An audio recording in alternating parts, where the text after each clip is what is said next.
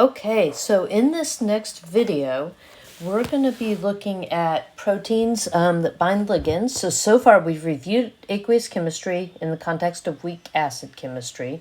In particular, the effect it has on protonation of biomolecules. We've looked at protein structure, primary through quaternary. We have looked at enzymes and classes of enzymes and done a deep dive into chymotrypsin to get an idea of what happens at the active site. And in this video, we're really going to be looking at myoglobin and hemoglobin as examples of these proteins that bind ligands and thinking about how we can learn more about those proteins. So we're going to interpret a ligand binding curve. We are going to identify cooperative binding curves in the context of hemoglobin. And we're going to recognize the structure-function relationship in hemoglobin. We're going to start, though, with myoglobin. So myoglobin is this little globular protein. It has 8 regions of alpha helical structure, right? So you can kind of see, here's a region, here's a region. So it's got these 8 alpha helices kind of bound by these random coil spots between the two, or between them, and it folds up on itself in this globular protein. It has a porphyrin ring right here that's a prosthetic group, so something that's not a part of the amino acid chain, but it's bound and important to the function of this protein. All right. Both myoglobin and hemoglobin, the heme in both of them can reversibly bind oxygen. So they can bind and let it go, which is clearly important to delivering oxygen in our body. So we want to look at that heme group. So when we look at this heme group, it has 4 of these pyrrole rings, and you'll see those. I've kind of redrawn it over here and highlighted those in yellow. Each of those is connected to the next with this methine group. So this methine group, you can think methane, but minus 3 of the hydrogens.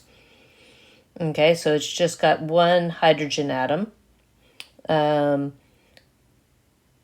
then we have, if you look at this, we have these propionate groups. So 1, 2, 3 carbons, this carboxylic acid piece. Hydrophilic or hydrophobic? All right, hydrophilic. So we've got this hydrophilic end up here.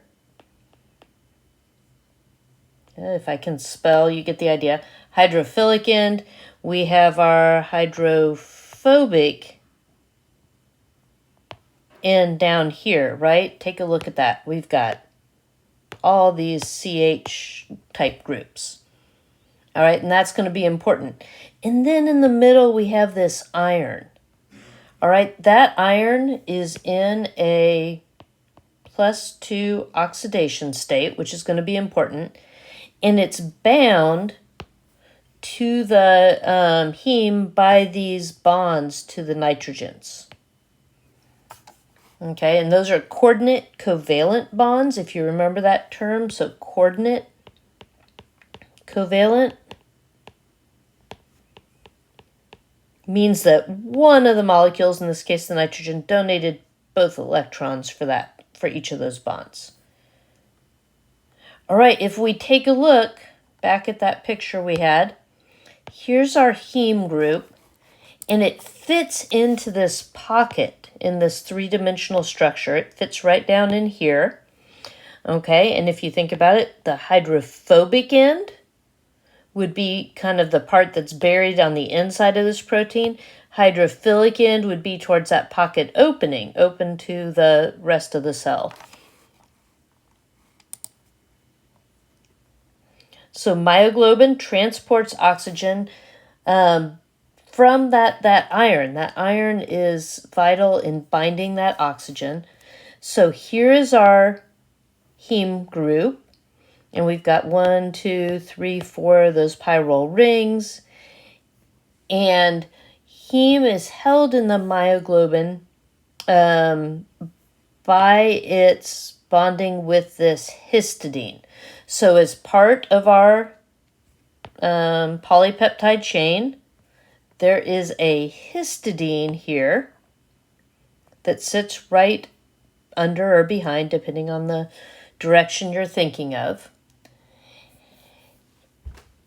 If you think about iron, iron has what we call 6 coordination sites, essentially 6 places it can bond. The nitrogens in those pyrrole rings are the first 4. And then this 5th one from the histidine, this nitrogen right here, is that 5th coordination site. And it holds this whole thing in that binding pocket. When oxygen is bound, in red here, it is occupying the 6th coordination position. So it's taking up that one last spot. There is another histidine, so in another spot in our polypeptide chain, that is up here. It's called the distal, think distance. It's further from the ring, so it's not really close enough that nitrogen can't participate in coordinate covalent bonding. But the hydrogen that's bound to this nitrogen does serve to protect and stabilize this oxygen when it's bound. And when there's not oxygen bound, that distal histidine serves to protect this iron from oxidation. So think oxidation, loss of electron.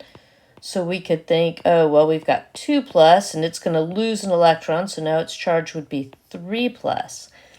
When that happens, this iron does not effectively bind the oxygen. And so this distal histidine helps protect this site from, say, maybe water coming in and oxidizing this or something like that. All right, let's think about some numbers. We're going to look at the dissociation constant. So first, just think here. We have our protein, we have our ligand, and they're going to combine, and we'll have this protein-ligand complex. So here we're thinking about is myoglobin binding with oxygen. That's our ligand to give us this complex that includes both the protein and the ligand. When we do that, we can think of 2 different rate constants, Ka for association when these are coming together, Kd for dissociation when they're breaking apart.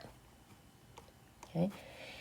If you think back, notice we got our equilibrium arrows. You think back to Gen Chem, we talked about equilibrium constants. We said at their simplest, an equilibrium constant talks about products over reactants, right? What we want to talk about here is the dissociation constant, Kd. So notice dissociation. We're looking at the reverse of this. We're looking at when our complex breaks apart and gives off that oxygen. And in that case, I could write Kd based on that. It would be the myoglobin concentration times the oxygen concentration over the concentration of bound myoglobin to oxygen. Now we can empirically determine this value for different proteins and then use that to kind of compare the proteins, right? It gives us a measure of essentially how strongly these proteins bond the oxygen.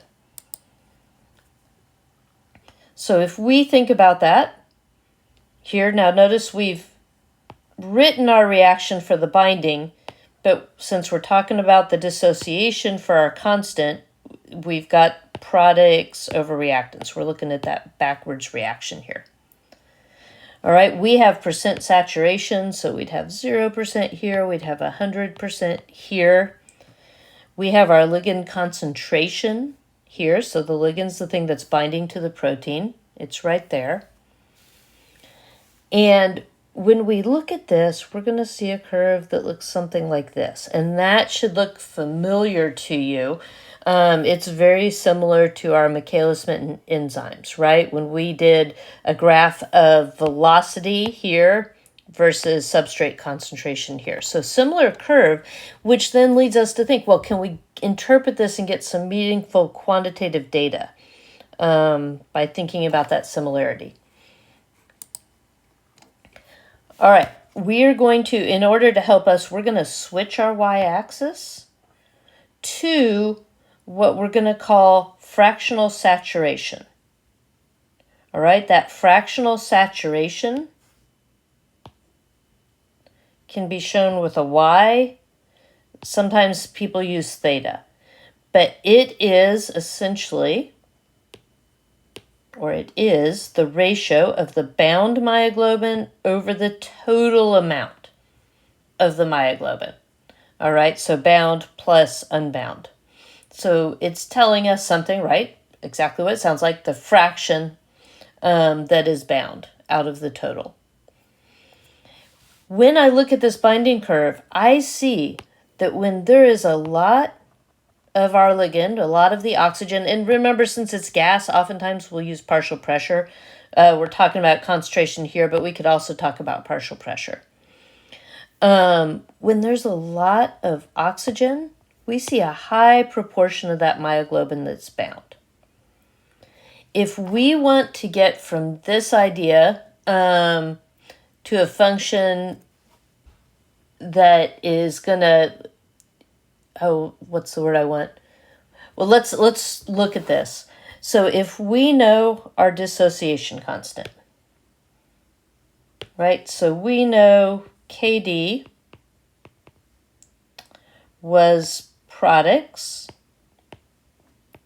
which was the unbound oxygen times the unbound myoglobin over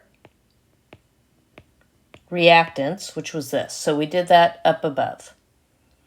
I now have two equations, right? I have,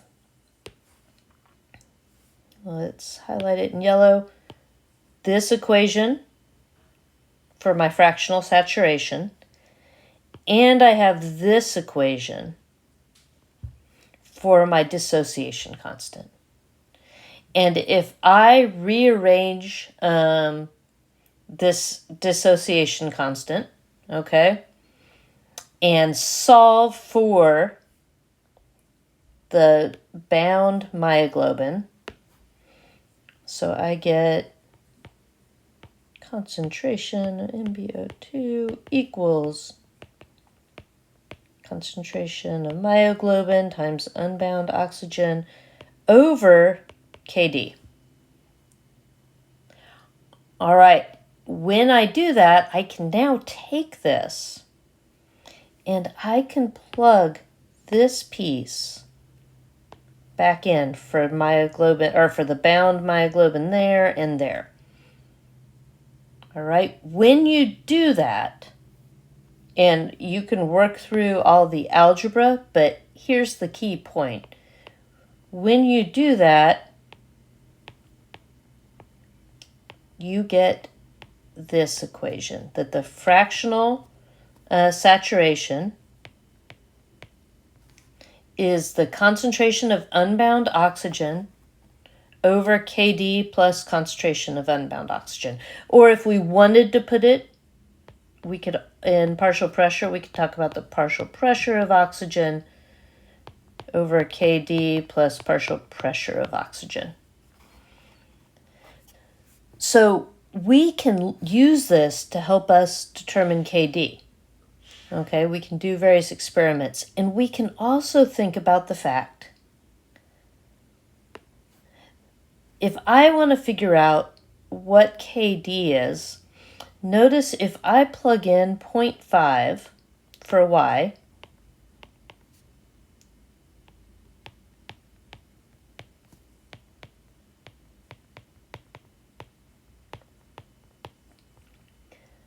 I am going to find that when fractional saturation is 0.5, when it's half saturated, all right, if you solve for this, you'll find that Kd is equal to that concentration of O2. This should also sound familiar, right? So remember half Vmax, the substrate concentration at half Vmax gave us our Michaelis-Menten constant. We're seeing that same mathematical treatment here. When we're at 0.5, I can find my dissociation constant for that ligand, protein ligand complex. All right. So then, let's just kind of look. This is just a summary of what we just did. So you don't necessarily have to be able to work through all that, but here's the key point, right? Is that when we are at half saturation, we can find KD. So if we do an experiment where we use a lot of different partial pressures of oxygen, and for each one we measure the saturation of myoglobin, we can figure out what that half saturation point is and find our dissociation constant. We said when there is a lot of oxygen present, we see high binding. Okay? I want you to think about, what does it say if we have a really high value of KD? Maybe KD was way over here instead. If you have a high value of KD, it means it took a lot of this oxygen to get that binding ramped up, right? So just like when we saw with Km, when we have a high KD value, that's going to indicate lower affinity of the protein for the substrate or for the ligand. When we have a smaller KD, it says, hey, wow, that protein is grabbing up that ligand, right? It doesn't take much to get that going. So just like with Km, the lower the KD value, the higher the affinity of the protein for the ligand. All right, so you should pause and think and put the meaning of KD into words. Just pause for just a second and see if you can do that.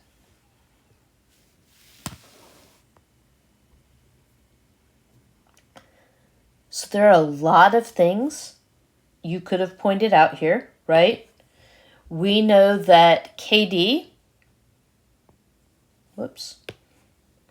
we know that KD is the concentration of free ligand.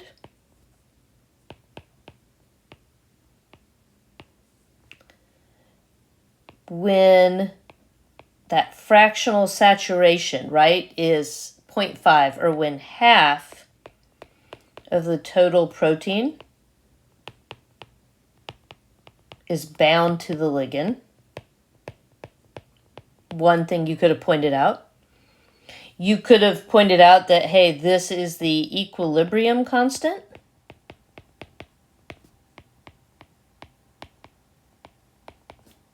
For dissociation of the protein ligand complex, right?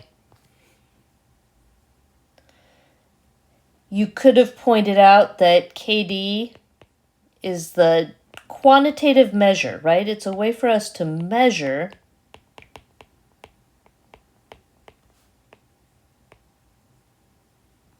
of the affinity of the protein for its ligand, or vice versa.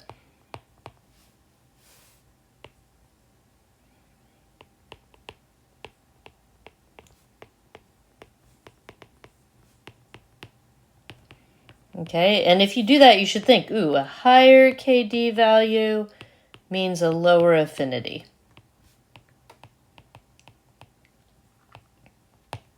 All right, so lots of things. That last one kind of sums it up. So now let's take a look at how we could use this to compare different proteins.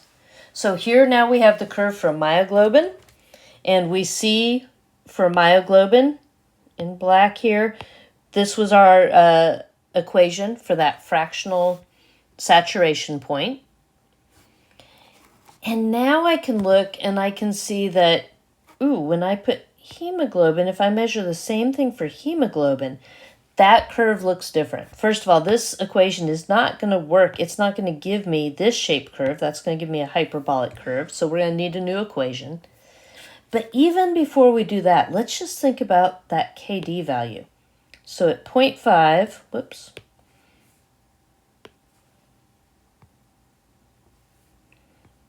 I see that here would be the KD for the myoglobin, right? But here would be the KD for the hemoglobin. Those are really different. And they max out at the same. They both max out at 100%-ish.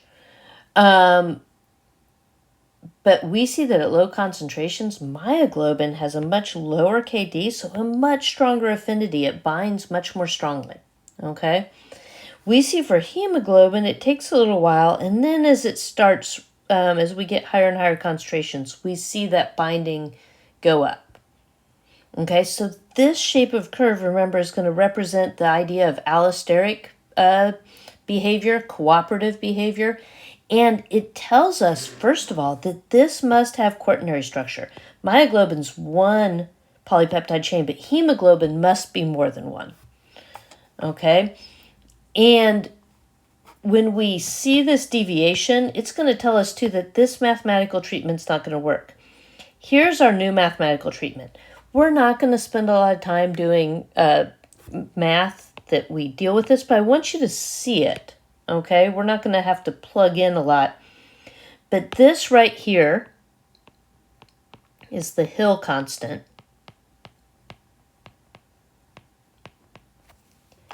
Okay, or we should call it the Hill coefficient is probably more what is typical.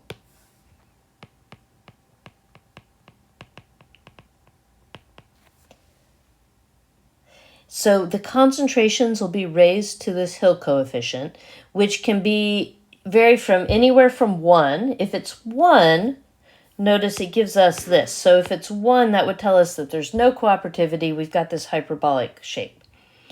But if it's more than 1, that's going to tell us that we have some cooperativity. We must have quaternary structure. And it can be anywhere from 1 up to the number of polypeptide chains. Over here, just for interest's sake, right, this yellow line. Actually, don't even look at the yellow line. What do I want? So 1, so the orange, this kind of middle one, is like our normal hyperbolic. And then we see for 2, we start seeing that more sigmoidal, and 3, we see, or 4, we see much more sigmoidal shape. So that just gives you a kind of picture. When Hill coefficient can be negative if you have negative cooperativity, if each thing bonding makes it harder for the next thing to bond. So really, though, what we want to focus on, this is just so you've been exposed to it if it comes up later, but really what we want to look at here, we want to say, wow, we must have cooperativity, and hemoglobin, interestingly, has a lower affinity for oxygen, which we'll talk about more in the next video. So hemoglobin resides inside your red blood cells and is needed for transporting oxygen from the lungs to the tissues. All right, it has 4 polypeptide chains, each which can hold one of these same heme groups we saw in myoglobin. Okay, you can only see 2 of them in this picture. I have that picture here again. Hemoglobin is called a tetramer because it's got 1, 2, 3, 4 polypeptide chains. Each one, again, has a heme group. We can only see 2 of them right now.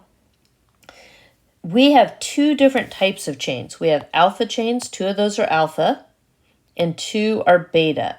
They are really similar, but not fully identical in amino acid sequences. Okay, that quaternary structure, remember, is going to describe how these 4 are organized in relation to each other. Now, interestingly, myoglobin and hemoglobin are very similar in their secondary and tertiary structure. So the green shows they both have 8 alpha helices. So myoglobin has 8. Each alpha subunit of hemoglobin has 8. Each beta subunit has 8 alpha helices. And if we overlay them, the green is myoglobin, The blue is the alpha subunit, the red is the beta subunit. You can see these things have very similar structure with that pocket that holds the heme group right there. Okay, and it's interesting in part because even though they have very, very similar structure and function, they're actually only 18% identical in the primary sequence. So when we look at the various sequences, you can see things that are the same or seems are identical in all. But even though they have these differences throughout the primary sequence, we see that secondary and tertiary structure is very similar. So the changes don't affect that as dramatically. We're going to see this over and over, that these similarities in structure and sequence in various proteins is kind of amazing. And it really points to this common evolutionary origin. When we think about this one, that there was some original globin, right? Primordial globin. And we've got our myoglobin. And these are all different but similar types of hemoglobin. Alpha and beta are the two we're looking at as we think about adult human hemoglobin. All right, so why? Why do we see this cooperativity? Why does it change? So here was our heme group. So it's shown, we're looking across it, right? There's those 4 rings, the 4 nitrogens holding on to that iron. Here's our proximal histidine that's in that 5th coordinate position for our iron. And in this case, there's no oxygen bound. So this is deoxyhemoglobin. And what we see is that this iron atom is pretty big. That electron cloud is pretty big. And it's pulled down just a little bit by this histidine, and it doesn't really fit in that ring. But if we look at oxyhemoglobin, where now that iron is bound to that oxygen, that iron electron cloud is now smaller.